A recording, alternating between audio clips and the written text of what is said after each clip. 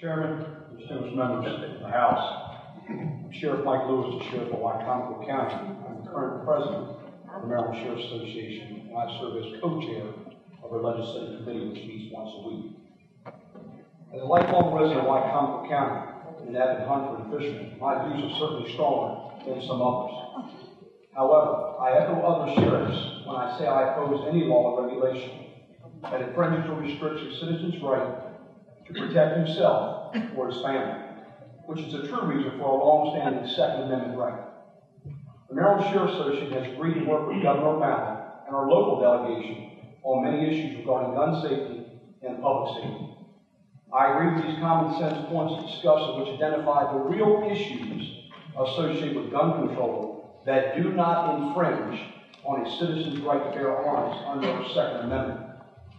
As a 28-year veteran of law enforcement, 22 years as a Maryland State Trooper, and now 6 years as a Sheriff of Annapolis County, I have a distinguished career in both gun and drug enforcement across our state, with thousands, not hundreds, of street and highway arrests under my belt.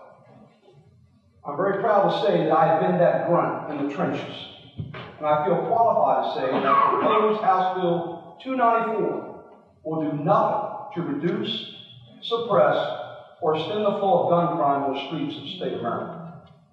I've never arrested and charged a person for a gun crime where the gun was legally registered to them.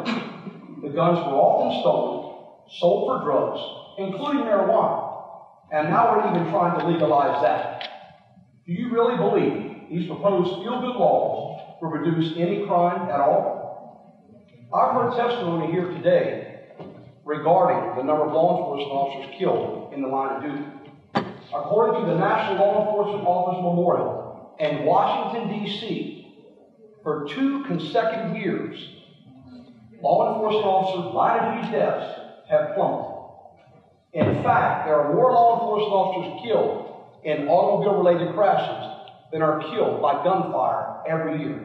And that has been consecutive for the last 9 years. Due to Maryland's lack of vigorous prosecution of gun crimes and Governor O'Malley's determination to abolish the death penalty, along with this new proposed legislation, there is tremendous incentive today for criminals to move to Maryland to resume their criminal activities. Our law-abiding citizens, now discouraged from legally purchasing a firearm due to these proposed hurdles, can only stand by and watch these criminals flourish in their old profession of terrorizing innocent citizens. What this bill won't do, this bill will not keep certain restricted firearms out of the hands of criminals who intend to commit a crime with a gun.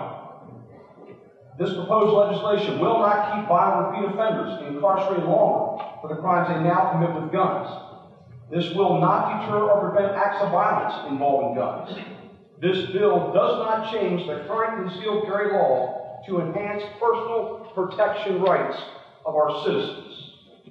These are nothing more than feel-good proposals that do absolutely nothing more than impact our law-abiding citizens and undoubtedly make our law-abiding citizens victims of those criminals who will continue to steal, rob, rape, and murder while holding a firearm to your neighbor's head.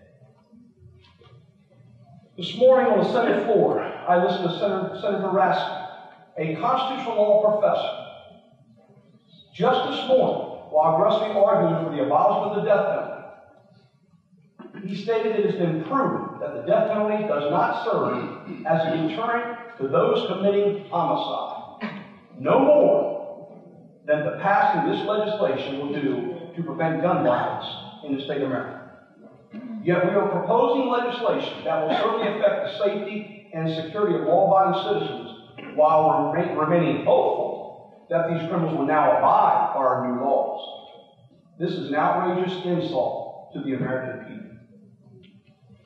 I swore a solemn oath to protect and defend the Constitution of the United States and the Constitution of Maryland, and I'm prepared to stand my ground with my constituents for the preservation of its traditional interpretation. Thank you.